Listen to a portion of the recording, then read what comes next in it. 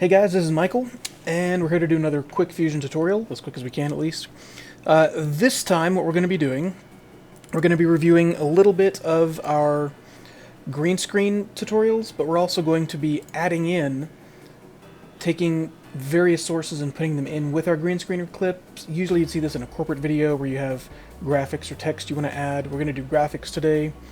And we're also going to be using the transform tool, and we're going to talk about how to use the Keyframes tool in Fusion to make things appear and disappear at certain times. So let's jump right in. I already have my footage in Resolve.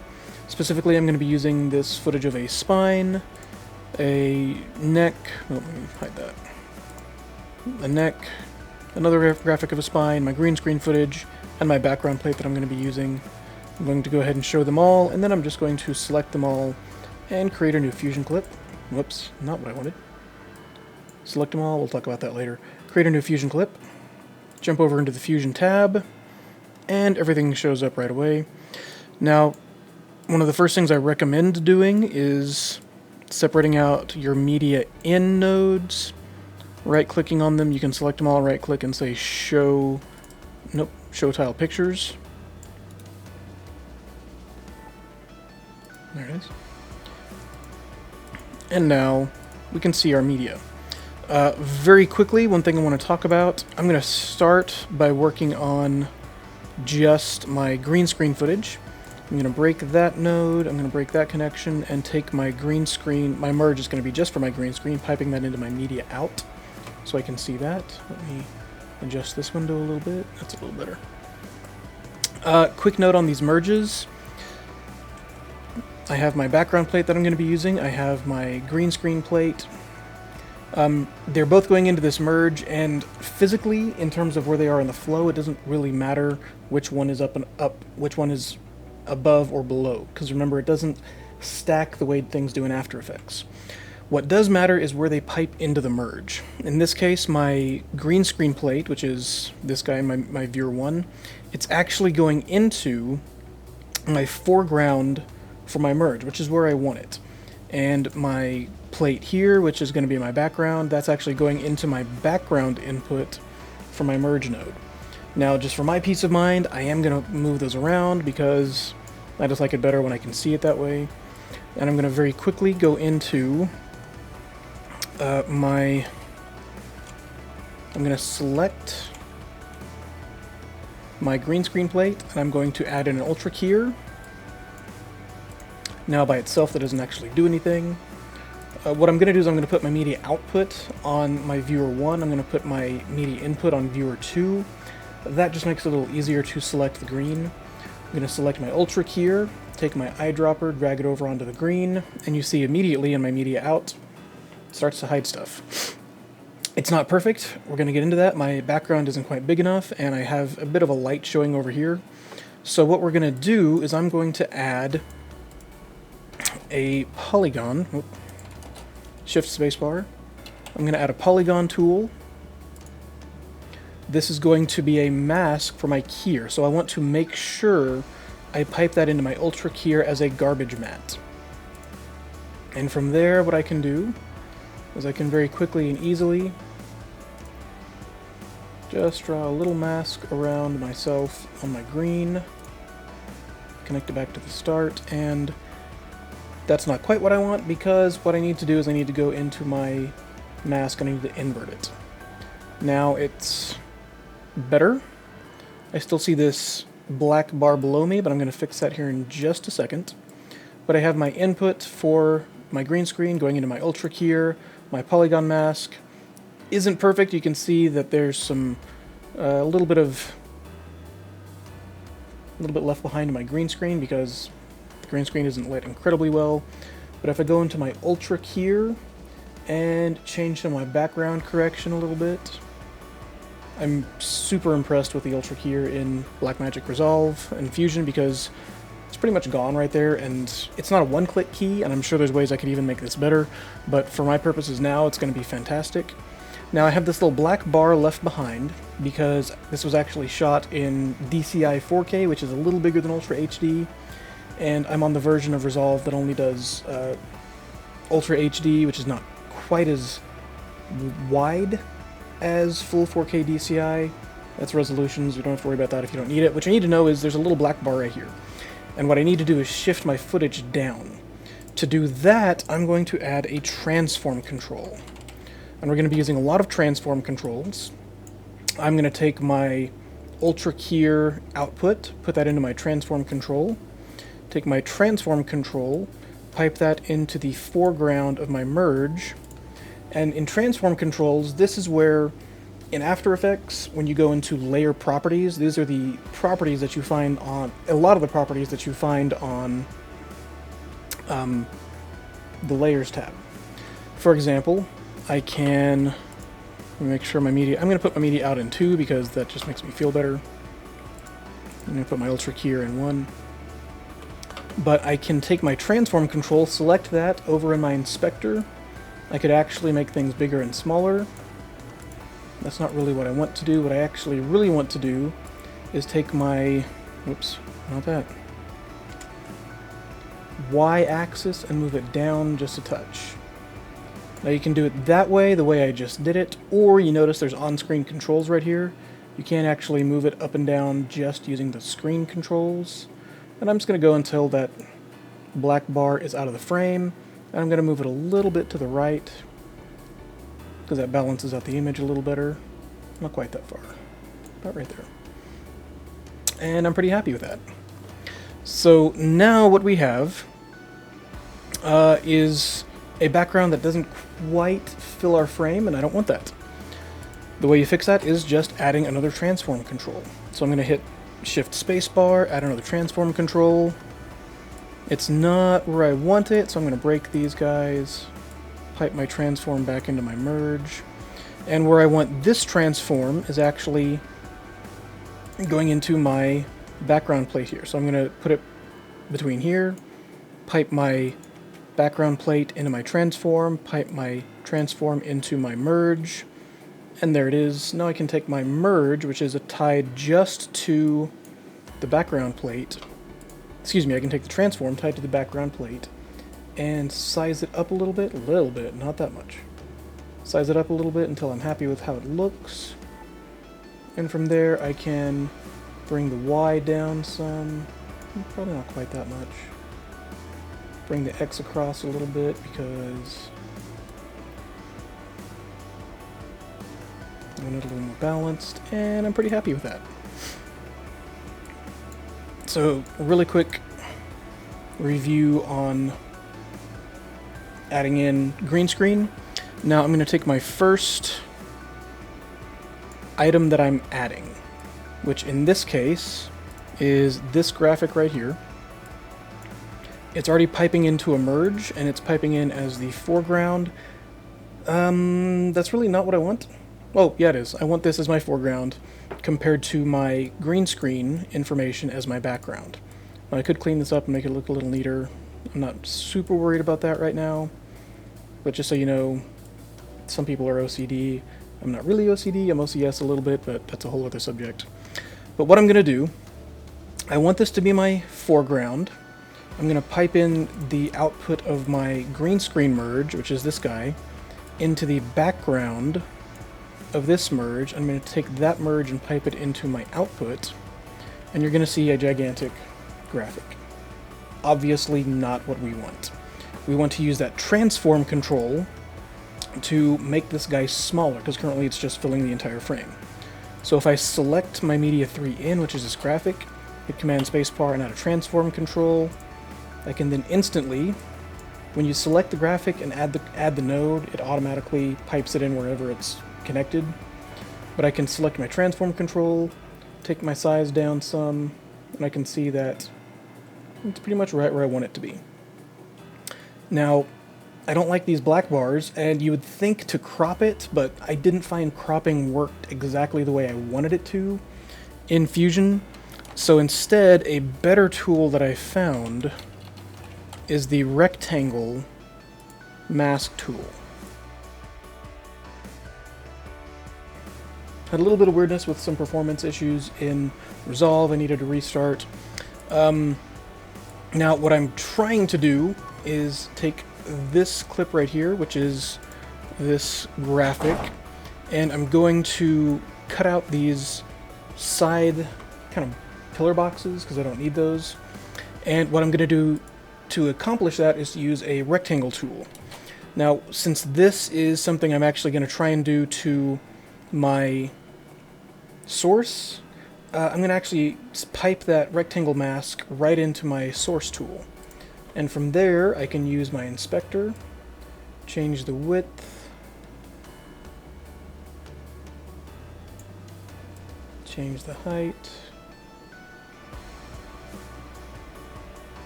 until I'm happy with where it is. And now I can use my transform controls to move this guy where I want it. And in the course of a talk, you might notice people, instructional videos, whatnot, they often have graphics included. This is how you do that. So I'm probably going to speed this up really fast because I'm going to add 2 more of these to get to talking about keyframes. So bear with me just a minute while I add 2 more of these graphics in here. Now they're already in Fusion, they're already sitting over here. You can see one is the neck spine, one is the spine. So I'm going to add those really quick and get right back to you. So I'm going to speed this up so you can see it really fast.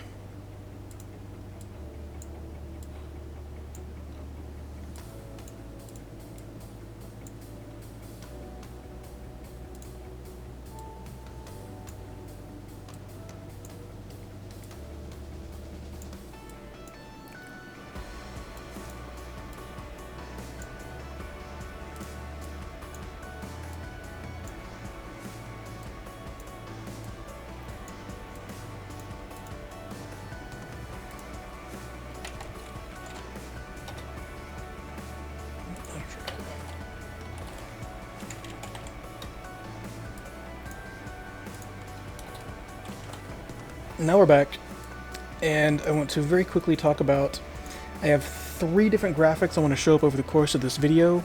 Now, obviously, as it stands right now, they're all showing up at the same time. You can see them stacked on top of each other, and that's not what we want. So how do we get things to move in and out of Fusion over time? To do that, we're going to use what's called the Keyframe Editor. Up here I'm going to select Keyframes, and you will suddenly see a stack of layers very similar to what you see in After Effects. Difference being, the order of the media and the nodes in the Keyframe Editor has nothing to do with how they put together. It has nothing to do with how things flow together. What it has to deal with is how things come in and out of your Fusion clip. So if I select any item in my flow, you'll see it highlighted in my Keyframe Editor. I can select my different transforms, I can select my media ins, I can select my merges, I can select my media out. All of these are here in my Keyframe Editor. What I'm going to be using the Keyframe Editor to do is change when these different clips show up in my Fusion clip. So let's start with this graphic right here. It's the top one in my media out. When I select it, it's media in 3. I could change the name, we're going to talk about that later on, but for the moment I'm just going to leave it Media 3. And you see that Media 3 appears the entire length of my Fusion clip. Now, this is pretty much as straightforward as you can be. I'm about 15, 16 frames in. All I need to do is grab one of these sides and I can bring it in. And if I bring it in too far, suddenly it goes away, because now it is not where my playhead is, so I'm not going to actually be seeing it in my clip until the playhead hits it. And I can move my playhead right here, or I can move it around up here in my timeline, and it does pretty much the same thing. So I'm going to leave that right there. Something I have noticed about this, it actually gives you the frame count, which is kind of cool. But I'm going to shorten this up, and I can see exactly how long the duration is in my clip. And if I play through my clip right here, you can see in my primary viewer here, which is my media out viewer, it doesn't appear. As I play through the clip, I'm actually scrubbing through it because playing through it is not real time at the moment because I have a lot going on in my computer. And then when I get past it, it goes away. One thing I have I really like that Fusion does is it actually lists the exact frame count of your in and your out. For example, this starts 29 frames in and it ends at 91 frames out. That's really nice, and I know the exact frame count of my entire composition is 298 frames, if you need that, but you can get very frame specific here. One thing you might have noticed, two things adjusted when I adjusted my media. My media in and the transform both adjusted at the same time, because that transform is only being affected by the media in, so that's why they only showed up at the same time. Now it's a simple matter of doing the exact same thing. I select my media 4, which is this guy. I can change... Actually, the first thing I'm going to do is change its position. I want to move it up some, kind of in that same position the previous graphic was. But from here, I select my media 4. I shorten it. And I can actually drag this entire thing around, and even then it changes the frame count, which is, I think that's such a nice feature. Really easy to get very precise frame counts, as opposed to, in my opinion, counting the individual frames in After Effects. You can do it that way. I just was never a fan of doing it that way. To me, that always seemed rather tedious. The size is good. On my third media clip, this spine, what I am going to do is I'm going to select my transform and scoot that up. There's an arrow there, so I can do that. Kind of hard to see against the red background, but it is there. Now I see down here my media 5, I select that. I can shorten this guy. So now, when I play through my timeline, I'll just use the timeline to jump around right here. I have 1 graphic, I have 2 graphic, I have 3 graphic. Now, if I play this as it is, they just pop into existence. They just appear out of nowhere. I personally kind of like a fade on that. That's just a personal preference. And the easiest way that I found to add that fade in is actually using this rectangle tool. When I select my rectangle tool, I'm going to move this to the front of my clip right here. I can go to my rectangle tool and I have this one option in my inspector called levels. When you see this little dot right here, that lets you add a keyframe. So I'm going to add a keyframe. I'm going to bring my level down to 0. I'm going to go 5 frames in and bring my level up to 100. And what that does is it actually basically affects the opacity of that clip, of what's inside of that mask, which in this case is the media clip. So it's going to fade in. If I go to the end right here, what I can do again, find that last frame. Oh, too far. Find that last frame, take my level back down to 0. And you can see, this is the other nice thing about the Keyframe Editor, you can actually see your keyframes down here. It specifically shows you the exact keyframes. Now that's probably where the real power of the Keyframe Editor is. That's something that I'm still learning right now. But you can see it changing the levels even as I go across. But I can change that up to 1, and you saw the keyframe line change, so that I go from full level over 5 frames down to nothing, and then the media ends. And I can do the exact same thing using the transform for all, excuse me, using the rectangle mask for all of these guys. Let me do that really fast. And you can see the Keyframe Editor change as I add in these different effects. Wait a second, let's take you to 0.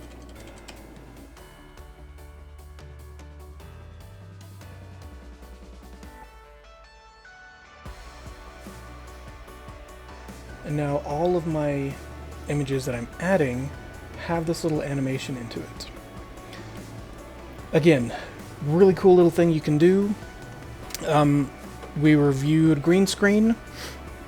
We talked about using transform controls to change the location and size of different graphics. Remember, you can use the inspector and the transform control to change the size and the location. You can also use the on-screen controls to affect them when you have the transform selected. And then you use keyframes to change the duration of a clip inside of Resolve.